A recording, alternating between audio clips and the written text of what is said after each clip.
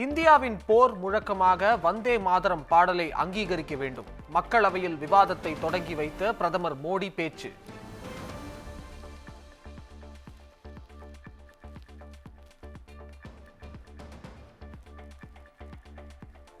கேரள நடிகையை கடத்தி பாலியல் துன்புறுத்தல் வழக்கில் 6 பேர் குற்றவாளிகள் என எர்ணாகுளம் நீதிமன்றம் பரபரப்பு தீர்ப்பு.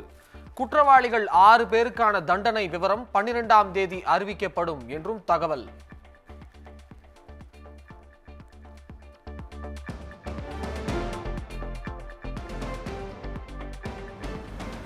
நடிகை பாலியல் துன்புறுத்தல் வழக்கில் நடிகர் திலீப் மீதான குற்றச்சாட்டுகள் நிரூபிக்கப்படவில்லை.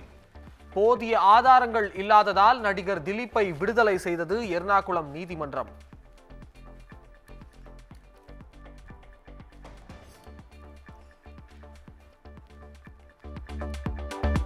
பாலியல் வழக்கில் உண்மை நிரூபணமாகியுள்ளது. சதி உடைக்கப்பட்டுள்ளது. தனக்காக பிரார்த்தனை செய்த கோடிக்கணக்கான மக்களுக்கு நன்றி என நடிகர் திலீப் உருக்கம்.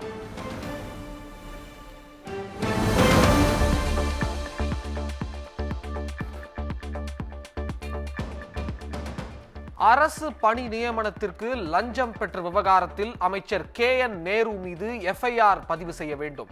தமிழக தலைமை செயலாளர் DGPக்கு அமலாக்கத்துறை மீண்டும் கடிதம்.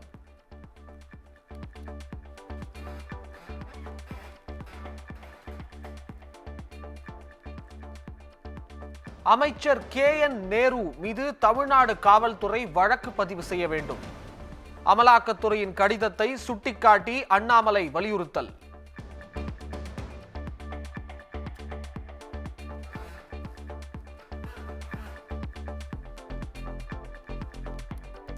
விரைவில் வெளியாக உள்ள வரைவு வாக்காளர் பட்டியலை உன்னிப்பாக கவனிக்க வேண்டும்.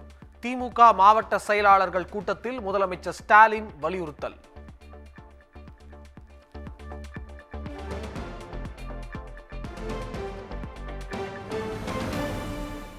திருப்பரங்குன்றம் மலை ஏற பக்தர்களுக்கு 6வது நாளாக தடை விதிப்பு. 1000க்கும் மேற்பட்ட போலீசார் குவிக்கப்பட்டு இரவு பகலாக பாதுகாப்பு.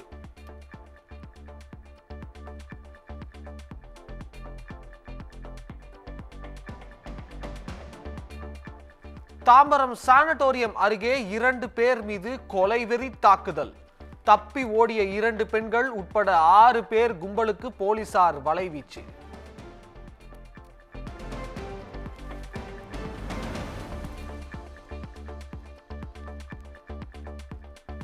புதுச்சேரியில் நாளை தாவேகா தலைவர் விஜய் மக்கள் சந்திப்பு நிகழ்ச்சி. கூட்டம் நடைபெறும் உப்பளம் துறைமுகம் மைதானத்தை சீர் செய்யும் பணிகள் தீவிரம்.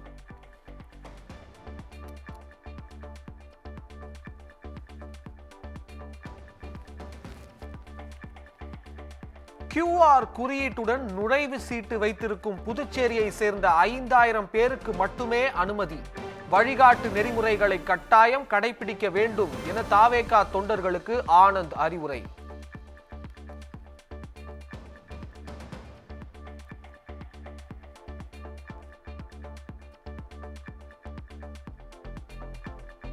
ஈரோட்டில் விஜய் பிரச்சாரம் செய்ய மாற்று இடத்தில் அனுமதி கேட்டு தாவேகா நிர்வாகிகள் மாவட்ட ஆட்சியரிடம் மனு. பவளத்தாம்பாளையத்தில் அனுமதி மறுக்கப்பட்ட நிலையத்தில் விஜயமங்கலம் அருகே டோல்கேட் பகுதியில் அனுமதி தர கோரிக்கை.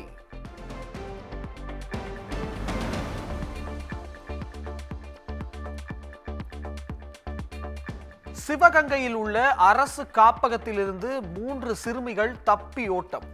கழிவறை ஜன்னல் வழியாக தப்பி சென்ற 3 சிறுமிகளை பிடிக்க போலீசார் தீவிரம்.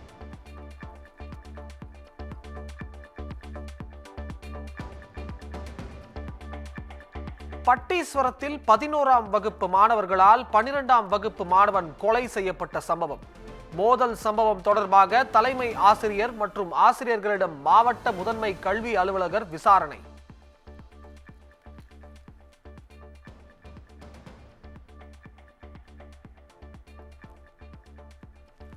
கோவை மாநகரில் 5 ஆண்டுகளில் 33,183 திருநாய்களுக்கு கருத்தடை அறுவை சிகிச்சை. 3,63,00,000 செலவிடப்பட்டுள்ளதாக தகவல் அறியும் உரிமை சட்டத்தில் விளக்கம்.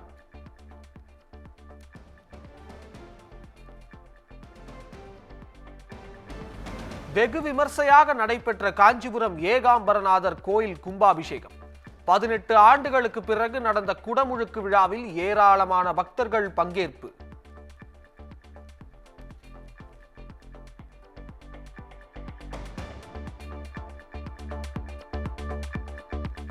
பழனியில் 3ஆம் படை வீடான திரு ஆவினன்குடி கோவிலில் விமர்சையாக நடைபெற்ற குடமுழுக்கு விழா. குழந்தை வேலாயுத சுவாமி கருவறை விமானம், ராஜகோபுரம், கும்பங்களுக்கு புனித நீர் ஊற்றப்பட்டு கும்பாபிஷேகம்.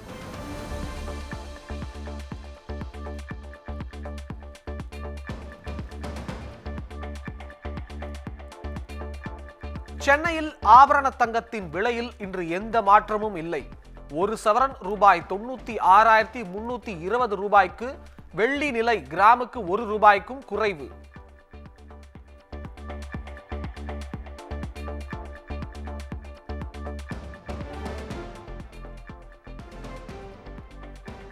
தேனி மாவட்டம் போடி நகர்மன்ற தலைவர் ராஜராஜேஸ்வரி சங்கரின் அலுவலகத்தில் ஜிஎஸ்டி அமலாக்கத்துறை அதிகாரிகள் 2வது நாளாக சோதனையில் ஈடுபட்டனர். முறையான ஆவணங்கள் இன்றி 300 டன் ஏலக்காயை போடி ரயிலில் மூலம் வட மாநிலங்களுக்கு அனுப்பிய விவகாரத்தில் சோதனை என தகவல்.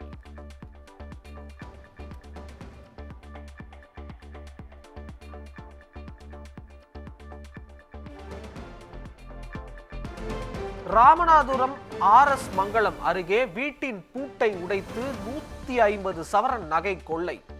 மருத்துவ சிகிச்சைக்காக வீட்டின் உரிமையாளர் வெளியூர் சென்ற நிலையில் கொள்ளையர்கள் கைவரிசை.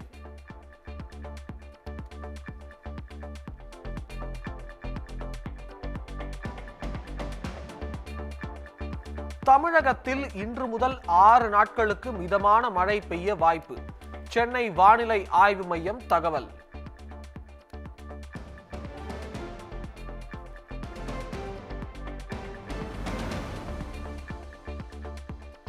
டிசம்பர் 12 முதல் சென்னையில் கடும் குளிர் நிலவும். தனியார் வானிலை ஆர்வலர் பிரதீப் ஜான் தகவல்.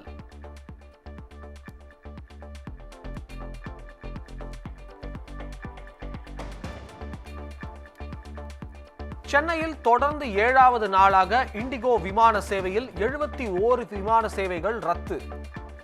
முன்பதிவு செய்திருந்த பயணிகளுக்கு இதுவரை 610 கோடி ரூபாய் வரை திருப்பி தரப்பட்டுள்ளதாக இண்டிகோ நிறுவனம் தகவல்.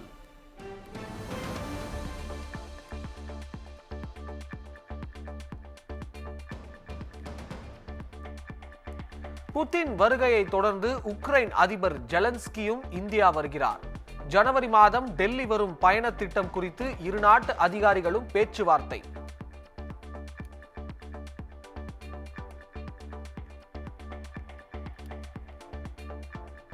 இந்திய கிரிக்கெட் வீரர் விராட் கோலி ஆந்திராவில் உள்ள வராக லட்சுமி நரசிம்மர் ஆலயத்தில் சாமி தரிசனம். ஆலய நிர்வாகம் சார்பில் விராட் கோலிக்கு சிறப்பான வரவேற்பு.